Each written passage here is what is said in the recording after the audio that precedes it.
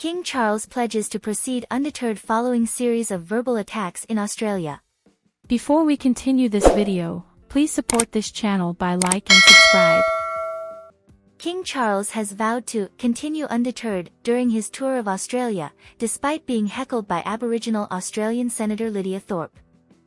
Thorpe, a campaigner for First Nations issues, interrupted the King's speech in Canberra's Parliament House, accusing the royal family of genocide and demanding the return of Indigenous lands. She shouted, "You are not my king," as security removed her, and her actions were widely condemned by politicians across the spectrum. Australian Prime Minister Anthony Albanese criticised Thorpe's behaviour, calling it disrespectful.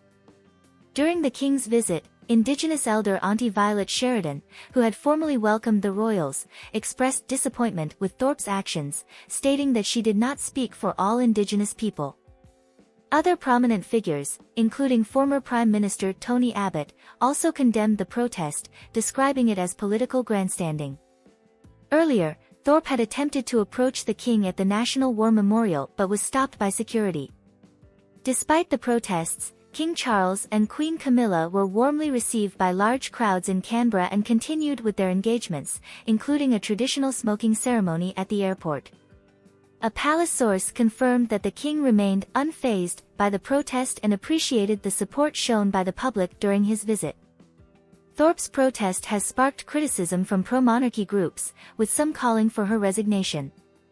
Meanwhile, Indigenous leaders have welcomed the royal visit and urged King Charles to advocate for the return of Indigenous artifacts held in British museums. One local Indigenous leader, Nolene Timbury, encouraged the King to become an ally for Australia's Indigenous people.